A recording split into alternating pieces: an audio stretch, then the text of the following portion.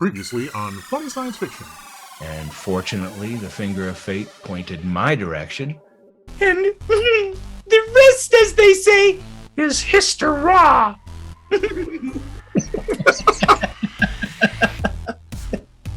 this is Daniel Jose Older. Welcome to the Funny Science Fiction Podcast. The podcast that believes that real Disney princesses are aliens. Sure, it's a thinker, but we gave up thinking about it. All right, so our guest today is a New York Times best-selling author for young adult fantasy and sci-fi series. He's also the lead story architect for Star Wars, the High Republic series. We are extremely excited to welcome and have Daniel Jose Older with us today. Welcome to the show, Daniel. Thank you so much for having me. It's great to be here. Yeah, we are super excited. And I think possibly me more than the others. They'll challenge me for it, but it'll be a fight and I'll win. Because I'll let you have this one. Because I am our resident Star Wars fanboy, so I am always super excited to talk to another Star Wars fan. I loved knowing what gets Star Wars fans involved in the universe. Where was your entry point? What got you in? What makes you tick? What keeps you coming back to the universe? You know, all that type of stuff. So in your case, Daniel, where was your entry point into Star Wars fandom? What's your favorite movie? And what about it fuels your creativity for Star Wars? 1983. I was 3 years old and Return of the Jedi dropped. It was the first movie I ever saw in the movie theater. Changed my life. I went running out of the theater when the Rancor came on and had to come back when it was over because I was terrified. I was 3. But then I kept coming back for more and more and more. The next Star Wars thing I remember, besides all the toys, was the behind-the-scenes like mini documentary they made about Return of the Jedi, which I was equally obsessed with. Particularly the creature stuff. That's always, it remains my sweet spot. And really, like I love the whole movie, but really that whole opening sequence of Jabba's palace, that's like, for me, that's the heart of Star Wars. That's where I truly fell in love. And outside of Star Wars, I also really love just gangster movies and books and stories. The Godfather is probably my favorite movie, along with Return of the Jedi. So it all those are my happy places. And what keeps me coming back is honestly great storytelling. Like just across the board, you know, Star Wars has just always invested itself in great storytelling, and that's what allows it, I think, to cross so many genres successfully and to do so many different mediums successfully. I've been playing the Oculus virtual reality game in Batu all day. It's amazing. Fantastic storytelling. So there's just so much, and there's so many interesting and experimental projects involved, and they just keep growing. You know, it's a franchise that grows, not just in terms of like how gigantic it is, but also in terms of like the different directions that it's willing to go in. And then as a storyteller, that's something that I also gravitate to, because I know this is a place where it'll honor my voice and honor my love of trying out different things and seeing what works and good storytelling and everything else. Excellent. I'm in for all of that. That's a good answer, man. Yeah. So, and you talked about Jabba's palace being one of your favorite scenes. And speaking of favorites, StarWars.com lists Dr. Aphra as your favorite character. And she's something of a fringe element in the Star Wars universe, not really Imperial or Rebel, not really light or dark. So what is it about those fringe elements that you find appealing as a storyteller and as a fan? No, totally. I mean, first of all, Aphra is like iconic in that who else amongst us has defeated Vader at Vadering, like at his own game, and with nary a force use involved, out-Vadered Vader. That is incredible, first of all. Second of all, she's hilarious. Third of all, she is extremely chaotic, but she does have a heart of gold. And that balance, you know, that goes right back to that, you know, Han Solo and that whole Lando and that vibe of scoundrel that we've had throughout the entire saga. But I feel like she brings a whole new aspect to it. And just following her, you know, trajectory through the comics has been so rewarding. I love what Alyssa Wong is doing with her. I love what Sai did. I love what Kieran did from the beginning. Like, it's such a great run throughout, and I'm just enjoying every second of it. I love the out-Vadered Vader. It's true, though. Yep. Who else? So now, when you're writing, there's quite the process that is involved with writing, from the idea to seeing the final product. But it's definitely rewarding. So, which aspect about writing do you enjoy the most? Great question. It's the early stage of when you start to feel it actually come to life in your hands, and you realize like, okay, this is really something, right? And then it gets difficult again, and you try to then you got to figure out what it is and which direction it's going to take. And then there's a moment further in where you're like, okay, this thing, like that initial impulse, I can see it coming true now on the page. And that whole process, I adore that. The part I don't like is editing, partially because I'm not a perfectionist. Like if there's a comma out of place, it doesn't bother me that much, and it's time consuming and it's annoying. You know what I mean? Like it's just like, all right, I guess I'll check this sentence over one more time. It's just annoying at that point, because what I love is like the creativity aspect of it, coming up with the story, making the story work, all the nuts and bolts with it. I will say though, now that I'm writing comics, which is a newer thing for me, being able, it's the collaborative aspect, which is also what's really cool about the High Republic in general, is that we, as the writer team, we're all, just collaborating constantly. But the collaborative aspect with an artist is just next level cool, because I'm just constantly getting amazing art in my inbox all the time. Amazing Star Wars art. Like, and sometimes it's the artists themselves, and sometimes it's like they'll dig up old, really cool designs from the archive and be like, "Oh, we could use this," and I'm like, really? Yes, we could. Like they sent me a beast that we used in issue 3 of High Republic Adventures, and I got to name it. It's called a Bogarath, and it was some old concept art that they hadn't used, and they were just like, "Hey, do you want this?" And I was like, "Yes, I want that. Give me that. Like, fine, dibs." And I took it and made it. I got to name it and make it a creature. It was really fun. How cool is that to see your ideas become real like that? That is, it's amazing. That's awesome. Yeah. All I know is that if I shared that inbox with you, I would never stop giggling. Every time I get there's new art. Look at that. That's what I feel like. Like it's such a gift. Every day it's a gift. And right now I'm kind of juggling a couple different series. So it's like whether it's High Republic Adventures or Trail of Shadows, I'm getting stuff in pretty regularly, and it's truly just like the best feeling ever. That is really cool. I can't even imagine having that visual representation of one of my ideas. Like that is so cool. And for it to be Star Wars. I know, and well done. Like Harvey Totally Bao is a fantastic artist. Dave Wachter is incredible. The two artists on my second run, they're both amazing. And so I'm really blessed on that count too. And I'll say, like, I have a number of books out at this point, and you don't get the same, as a novelist, like, you don't get the same visual interaction with your characters, because you maybe get a cover, you get a cover, but it might have a character on it, it might not. I've been blessed to get a couple of pieces of fan art, throughout my career, and that's always amazing. But it's nowhere near the constant deluge of art. Seeing the characters in different positions, doing different things, like having different emotions, like that's another level entirely, and it's so rewarding. I have to admit, though, I have never been jealous of somebody else's inbox, and I find myself jealous of somebody else's email inbox, and it's kind of an odd feeling. I want Star Wars art. I'm like, all of a sudden, I'm sitting here going, "Wow, email's kind of cool." All of a sudden, email's awesome. That's it's like motivation to keep my thoughts fairly clean too, because I want to be able to enjoy the great art when it comes in. So I'll be like, all right, yeah, answer that, get it out. Absolutely. Delete it. Now I just want to look at art all day. Oh, that's that's cool, man. Yeah. So, in addition to you being, working on the High Republic series and a comic writer for them as well, you talked about that. You've had some very other successful young adult fantasy and sci-fi novel series, and we're talking like New York Times best-selling kind of successful.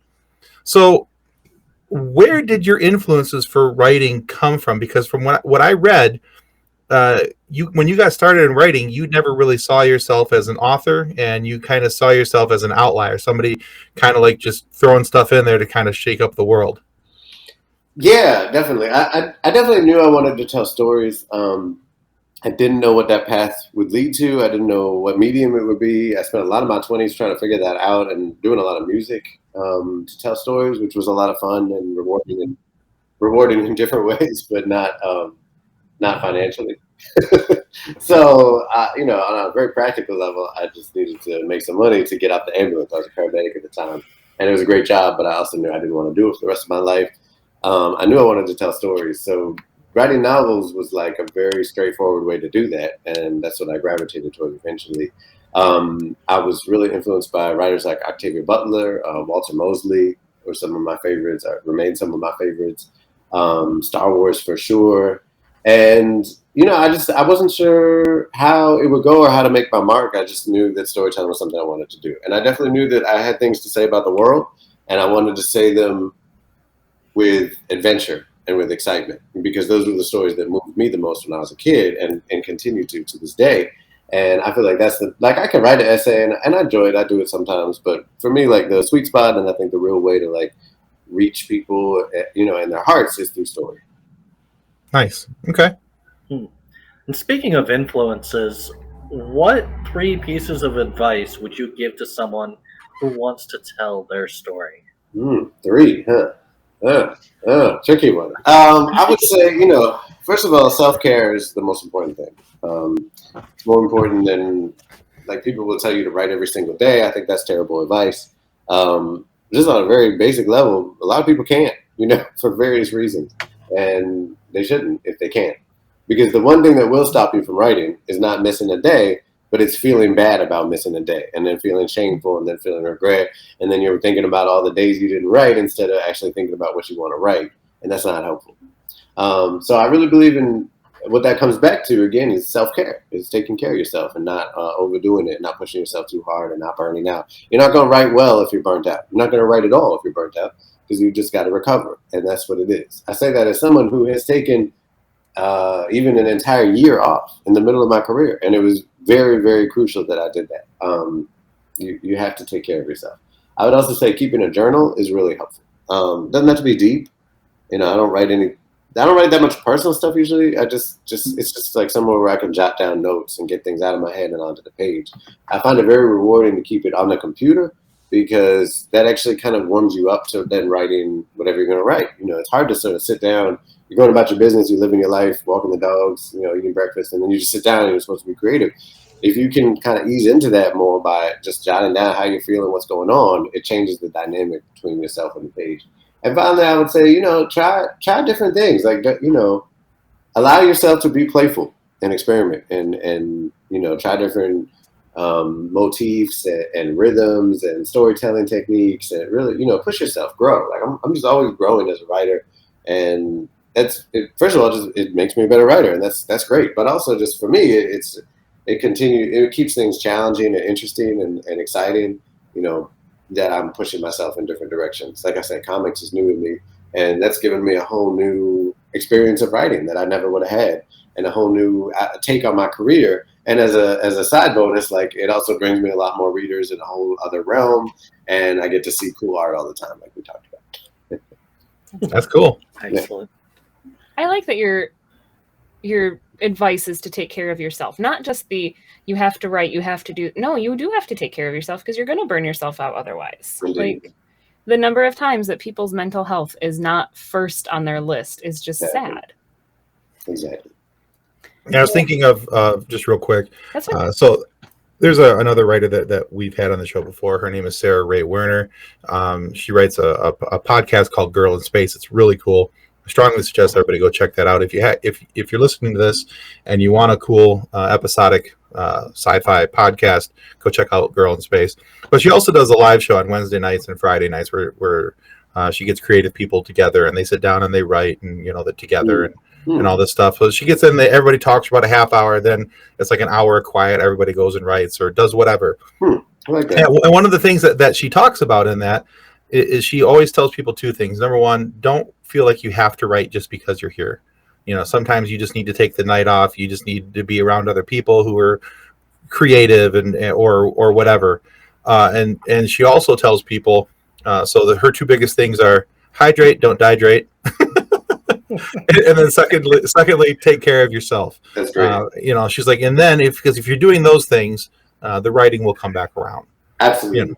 Yeah. So Totally. It just your advice just reminded me of that because I was in her live show last night, and Oh, cool. Yeah. So definitely. So I understand from my research that you feel that most dystopian young adult fiction is lacking in ethnic and cultural diversity. So are there any of those novels or series that you find that have a well done, diverse cast, and what do they do to get it right? Oh yeah, I was just recommending some to NPR right before this call. In fact, there's a couple books. I don't. They're not necessarily dystopian exactly, but they're definitely young adult fantasy that have come out recently. But there's one called Wings of Ebony by J.L. that's fantastic. Set both in this world and in a kind of adjacent hidden world, and just really cool magic systems. Lots of different cultures represented, just beautifully done. Another is called Legendborn by Tracy Dion. Beautiful book, gets into Arthurian lore and legends and secret societies in different universities and stuff like that. And just a great kind of look at history and family history and mythology all mixed together. my daughter's actually reading Legendborn right now. Oh, cool. Look at that. Oh, that's awesome. That's great. Yeah, my bookworm daughter. I swear every time she goes to the library, she's held them up at gunpoint. She comes back with so many books. That's awesome. That was the thing is last time I talked to his daughter and she's like, and this is my stack of books to read. And I'm like, there's 60 books in that stack. That's fantastic. Well, Yeah. Tim, you've done well. Yeah, so she didn't get the reading bug from me. I am more of the visual person. That she definitely got that from her mother. Yeah. So I try to read. I do well with audiobooks. I love audiobooks. Yeah. Sure. I have a hard time sitting down but if I'm in a car, I'll throw on an audiobook while I'm driving, even if it's just 5 minutes, and listen to 5 minutes of a book or a podcast or something along those lines. That's where I get my stuff from. But yeah, so but now another thing, Daniel, is that I read in doing my research on several places out here on the interwebs, I see that. And we talked about this just a few minutes ago, too. You brought this up, that you listed the entrance scene to Jabba's palace as in Return of the Jedi as your favorite scene in all of Star Wars. Now, with all the iconic scenes available in Star Wars cinema, and there is some really, I think about the fight between Luke and Vader in Empire Strikes Back, which happens to be my favorite movie of all time, not just in Star Wars, of all time. But I think of all these different scenes. What was it about that scene that grabbed your attention so much? Because you mentioned it earlier. It's multiple layers, I think. On the very basic, visual layer, it's so cool. Like, there's so many amazing dynamics going on. Physically, the creature shop clearly just went to town. The creatures don't feel like people in suits. They feel like very lived-in creatures that have their own lives and cultures and histories and, have nothing to do with this world. To me, that moment explodes the galaxy. It makes it infinitely wider. And I would even argue that, so much of what happened after that in terms of, expanding the galaxy, really expanding it, is based in just that explosion of creatures that we see so many, so suddenly, right? On the screen, and it's like, whoa, this is not just. And then along with that, I would say it transforms the story arc so that up to that point we've been very Empire versus Rebellion, right? That was really what was going on. And yeah, there were other elements at play. There are bounty hunters, etc. Of course, and that's I think one of the things that's always made Star Wars great is that there are so many other elements. It's not just a simplistic good versus evil, but here we have front and center, the main conflict has nothing to do with the Empire, but it's still a very, just profoundly engaging conflict where we have this very heroic figure coming in and, doing what needs to be done as part of a team who is embedded, we find out, and there's a whole plan in play. It's really a heist, and heists are kind of my favorite thing too. So we have the criminal element, the creature element, the heist element, the classic just good versus evil element, but in a complex kind of way.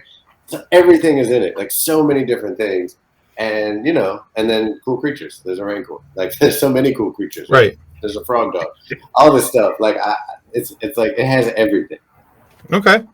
So for me, one of the things I love about Star Wars and talking to other Star Wars fans, I mentioned this earlier, is just talking about, I love hearing different perspectives on things. Mhm. So, I talked with another podcaster who talked about The Last Jedi, and I did not have a fair opinion of The Last Jedi at that point. I had some pretty severe issues with the movie, Mhm. and in talking about it, I came out of it with a different perspective. That's really cool. And I went back and I rewatched it through that perspective, and it Yeah. made the movie so much better. And I did the same thing with Solo. I had some serious problems with Solo as well. Sure. And I went back and I watched that movie, and they're like, you got to go back and you got to watch it as a heist movie. Watch it as a heist movie. And I was like, oh yeah, that makes complete sense now. Okay. Yep, exactly. And I went back and I watched that movie as in that format, and it made it so much better. So I have to be honest with you. Up until this moment, I could not understand why, out of all the things that are available in Star Wars, I'm like, what was so special about that scene? But I guarantee you, I will be watching Return of the Jedi tonight. That's great. No, I'm not playing. I'm gonna go. I believe you. Absolutely. I will be watching Return of the Jedi tonight, and I'll be watching it through that perspective. I want to see, I want to get the opportunity to see what you saw in this, really cool, and look at it that way. So, thanks for the perspective, man. For sure. Absolutely. I need to watch Solo again. Oh yeah, we all do. I watched it once and had a small infant at that point, and I'm pretty sure I fell asleep during the movie. Like, I actually read. I don't remember it. I read the script first, which was really cool because I was writing Last Shot, and that was my first Star Wars novel. So they brought me out to read the script in a room where all this Star Wars stuff was happening around me, and there was a life-size Ahsoka figure just standing over me with a lightsaber. And I was like, how am I supposed to concentrate? He's right there, and of course I had to sign off, like, my soul and my everything else, for the NDAs and everything, because the movie hadn't come out yet. It was still being made, but it was worth it. You know how many selfies I had taken with Ahsoka the whole time? I've been like, Right. I think I limited my selfies to the Yoda fountain, mostly because that's in public, and I didn't know if I was allowed to take pictures down there. Oh, gotcha. That's probably a safe bet. That's got to be one of the scarier contracts in the world to sign, is a Disney Star Wars contract. Like, that is. There's basically drones all around my house at any given moment with laser beams. Sign away your soul and your firstborn. So our Facebook group, we have almost 137,000 followers. Wow. And it's just filled with memes, and it's usually a mixture of various ideas and universes to create humor. What two characters from different nerdiverses would you like to see come together to either rule the galaxy together or to save it? Whoa! That's a tough one. Have you guys been watching What If? Mm-hmm. Love it. It's so good, right? I actually hate hypotheticals. Not your question. I mean, in life. You know what I mean? Like, it's okay. You can hate Nick's question. It's okay. No, I like your question. I don't mind them in fandoms. Fandoms are different, but in life, like when someone's like, "If I said this, what would you say?" I hate that. Like, you just want to have an argument, like about something that doesn't even exist. But it somehow they really make it work with Marvel. But to get back to your question, I don't know. I had to think about it. It's such a good question, and definitely Loki, because Loki. Sure. It's pretty basic. I mean, Loki and Lando Calrissian. That'd be an interesting combo. That's it. It's chaotic, and it's also deep down got a good heart. Smooth and chaos all at the same time. That sounds dangerous. Oh, it's very dangerous. That's why I like it. Yeah, that's indeed. That sounds like so much fun. Mm-hmm. Loki and Lando. Oh goodness. Oh my. Nope. My brain's gonna keep spiraling down that. I'm just gonna start thinking about that later today and be like, oh. Absolutely, yes. It'll be part of the multiverse thing. Right. What can go wrong? Everything. One of the things that we love most about Star Wars is that it goes beyond generational borders. Every age can find something they love about it. Being a millennial Star Wars fan, my appreciation for the series is a lot different than yours and Tim's Gen X appreciation. I am technically a millennial. You are you're elder millennial. I am elder millennial. What a terrible term. Geriatric millennial. That's me. But yes, It's all right. And I feel old again. Thanks. It's Okay. okay, Tim. It happens. We have to do this once a show just to remind you that you're the old man here. Yes, carry on. Yeah, but I mean, even my dad, who was a baby boomer, loved Star Wars. Mm-hmm. So every generation finds something different that they love about it. Mm-hmm. So I'm wondering, what do you want to bring to the future of Star Wars? Not plot specific, because I don't want Disney coming after me. Neither. There are so many things that are now iconic Star Wars. The Millennium Falcon, Ewoks, even Jar Jar Binks is iconic Star Wars. So what do you want to be remembered for? Definitely, like, I'm really proud of the original characters that I've already brought and the ones that are coming up, who I can't talk about, but I'm really excited about them. I think, like, overall what we're doing with the High Republic does so much powerful and thoughtful work around the Jedi Order and the Force, and really expanding what we know about it and what we understand about it. And I say both the Order and the Force because I think the Order of the High Republic is so different from the order of the prequels.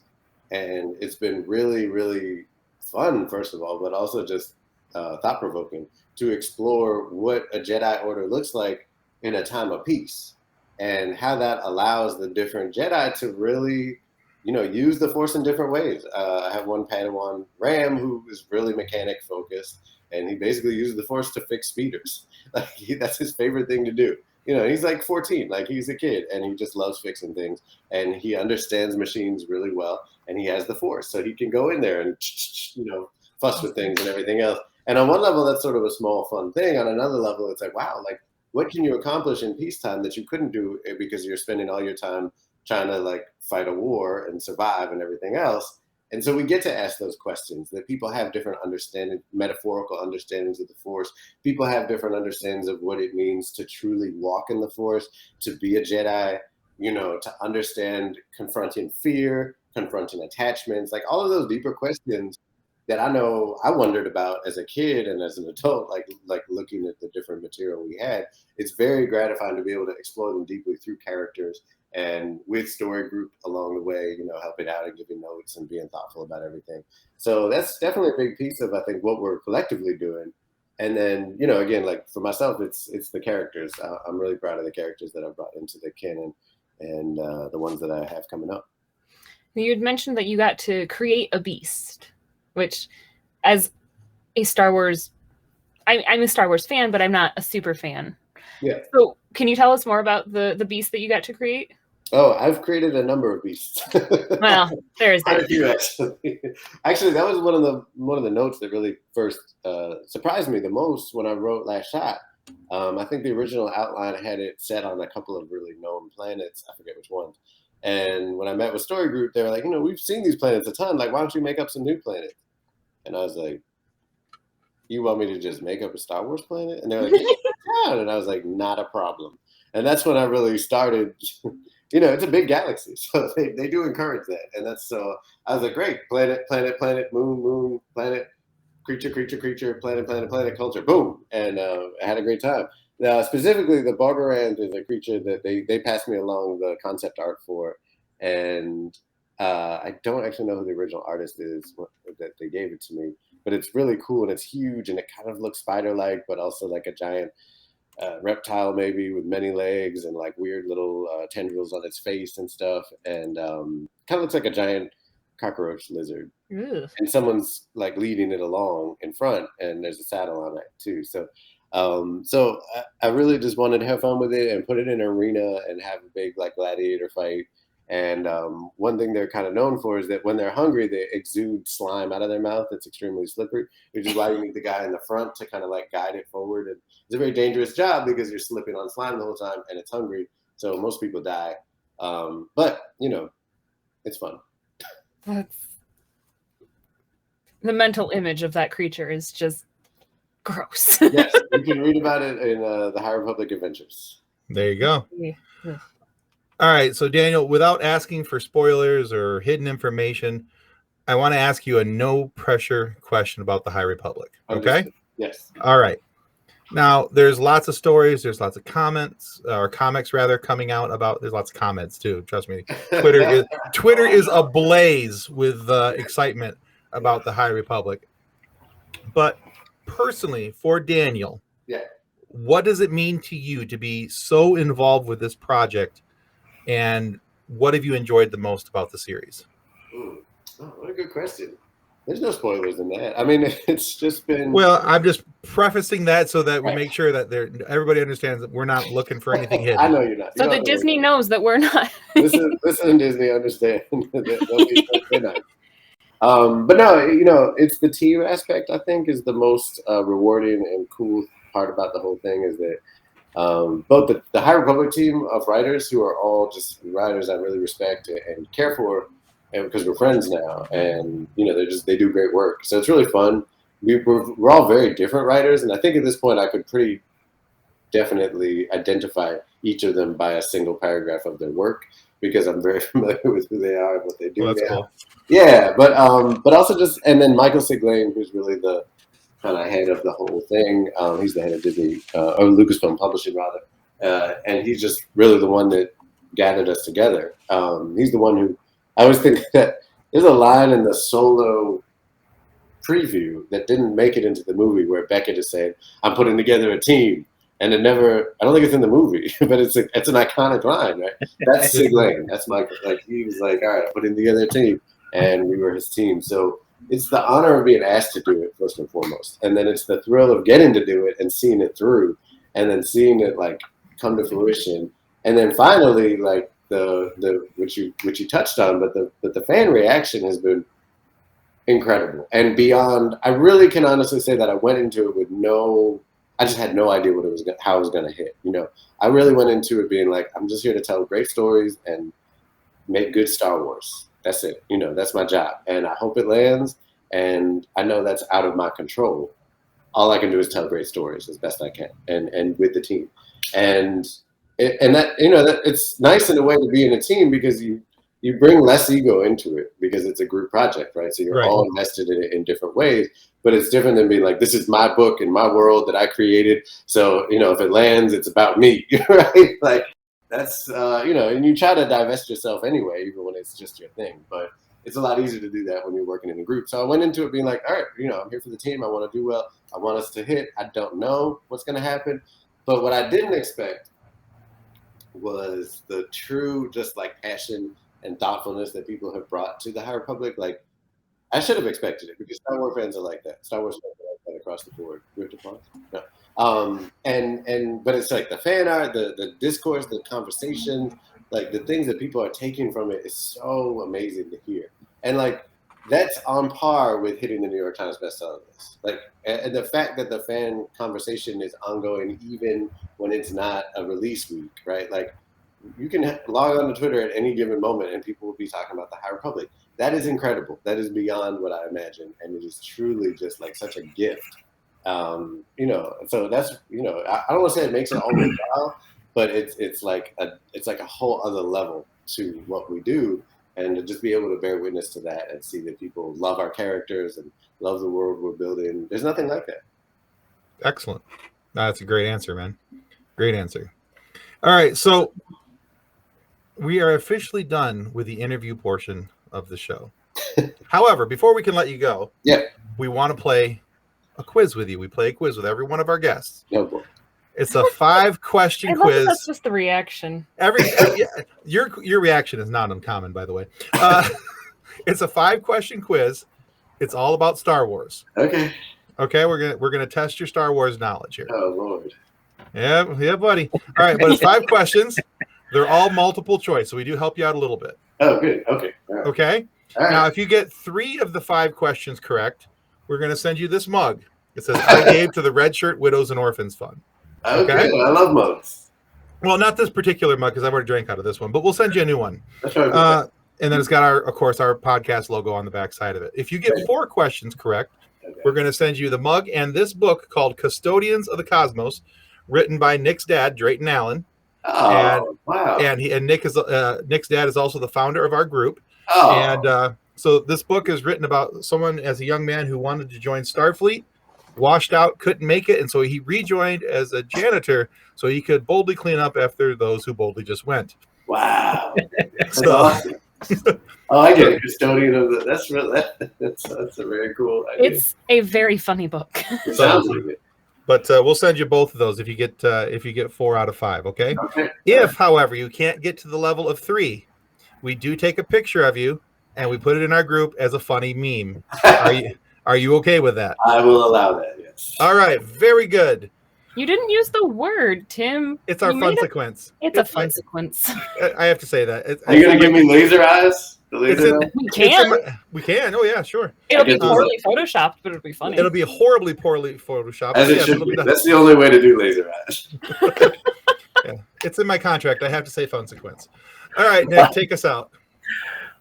What was Luke Skywalker's original last name? Was it Skywalker, Sky Killer, or Star Killer? Star Killer. Correct. That is correct. Yes. All right, question number 2. What is a probot? A side project of David Grohl. B, a killer probe droid. Or C, a medical probe droid. Oh, I don't know this one. A robot. Dave Grohl. Does he have any side projects? I'm gonna go with Dave Grohl.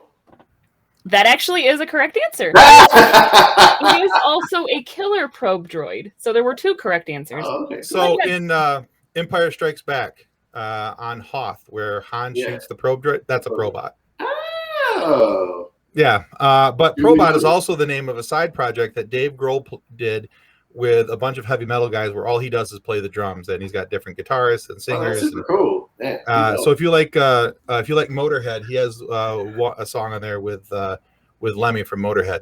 Really cool. Is he a Star Wars fan or is it a coincidence? It's just a coincidence. I'm assuming. I don't know if he's a Star Wars fan or not, but He should if be. I ever get a Everybody? chance to talk with Dave Grohl, I will ask him that question. Fantastic. Who's the only Rebel pilot to survive all 3 movies in the original trilogy? Is it Wedge Antilles, Neon Nub, or Wes Jansen? Wedge. You are correct. Correct. Thank you. Thank you. All right, you are 3 for 3. That gets you a mug. Yes. All right. What species is Yoda? A, Frogdarian. B, Quarren. Or C, unknown. C, unknown. That is correct. Although Frogdarian is really fun to say. Darian is brilliant. However, He's like making notes for later. But he Frogdarian. Please, I made that up this afternoon. Please feel free to use that if you want to. That's my contribution. I mean, he was eating frogs, so Just saying. All right, that's 4 for 4. That gets you the book and the mug, sir. amazing. this question is going to be for funsies. This character used to smuggle guns before opening a diner on Coruscant and is partially named after George Lucas's son. Is it Dexter Jetster. There you go. I don't even need the question. He's fantastic. I love it. He's like, I'm going 5 for 5. I don't need your I don't stinking even need your multiple choice. thinking multiple choices. I mean, Dexter's a legend. A legend, I say. That's right. Yeah, so cool, man. 5 for 5. We'll make sure. So don't take right off after we say goodbye to everybody. I'm going to make sure we get your shipping address so we can send those off to you. Okay. Well, yeah, great. All right. Well, that was fun. Thanks, guys. Well, Daniel, thank you so much for being on the show today. Where can people go and to find out more about you and your work? The all-important question. Okay, so my website is danieljoseolder.net. On there, you can find, in fact, I teach writing classes if you are interested in writing, and they're posted online. There's a website called Skillshare that has video classes. There's one called Knowable that has audio classes. They're about the fundamentals of writing and narrative structure and stuff like that. Lots of fun. You can also find my books, of which I have many, middle grade, adult, young adults, fantasy, sci-fi, magical realism, lots of different things. And of course, I write the regular monthly comic series, The High Republic Adventures, which comes out from IDW every month. And I'm a lead story architect for The High Republic. On the socials, you can find me at On Twitter, at DJ Older. On Instagram is at Daniel Jose 1. And on TikTok, it is at Daniel Jose Older. And I will say that TikTok is the only one of those that is rated G. Not that I do anything, terrible on the others, but there's cursing on my Twitter and sometimes on my Instagram. Actually, my Instagram is pretty tame. But TikTok, I'm committed to making kid-friendly. I do write for kids, and the kids are on the TikTok. So that is the safest of spaces. What else? That's the main thing. I have Race to Crashpoint Towers, my most recent Star Wars book. It came out a month ago, something like that. As part of the High Republic initiative, and it was recently announced that my young adult novel, Midnight Horizon, will close out phase 1 of the High Republic, along with the other Wave 3 books. So that's really exciting. And then outside of Star Wars, my next book is called Ballad and Dagger, and it comes out from Rick Riordan's imprint, which is really, really cool. That's awesome. Of course. Yeah. It's actually their first young adult novel. They usually do middle grades. This is their first time doing young adult. It's called Ballad and Dagger. It's lots of really weird mythology mixed in, of course. And it's basically a kid named Mateo in Brooklyn who comes from an island that sank 15 years ago and was populated by pirates, among other interesting people, including Sephardic Jews who are escaping from the Inquisition and Santeros from Cuba, and they all brought their different gods and demons and angels and monsters and created this culture together, which then ended up in Brooklyn. And now all those gods and demons and monsters are in Brooklyn. And so lots of fun and madness ensues. And that's me. That's what I'm doing. Awesome. Well, we will make sure that we link all of your socials and your website to our description so that our listeners can find them. And we will make sure that we put in all of your books too, so that they can find you. Oh, and Trail of Shadows is a Marvel miniseries in the High Republic coming out in October, which is very creepy. Ooh, all right, cool. Yeah. All right, everyone, I want to remind you that subscribing is the single most important thing you can do to help ensure that we get more amazing guests, of course, like Daniel Jose Older here, and funny moments for you guys to be able to listen to. So please subscribe. It's going to help us more than you can know. And be sure to go check out Daniel's work as well. You won't be sorry. He's an awesome Star Wars guy, and he's putting out some awesome Star Wars content for us.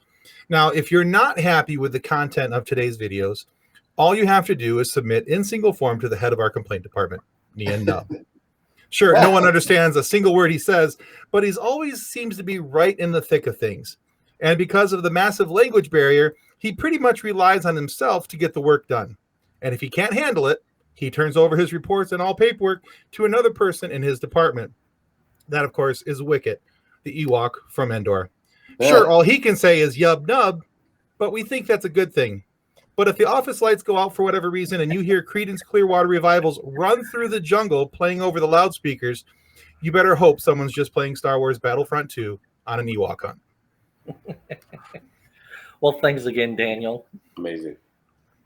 And yeah, all right, cool. I had a great time. Yeah, thanks, man. Bye, everyone. Goodbye, everyone. Bye. Our show is brought to you by our charity sponsor, the Red Shirt Widows and Orphans Fund, which supports the Wish Upon a Teen Foundation that helps out sick kids when they need it most. And just imagine the comfort you will give Red Shirt crewman number 86. He'll know that when he puts on the red shirt and helps Annie fix his pod racer, only to be burned by Sebulba's jets, that he didn't leave his family destitute and without hope, because the Red Shirt Widows and Orphans Fund has his back and what's left of his toolkit. And speaking of sponsors and show partners, check out this short video from our good friends over at Level Up Lightsabers.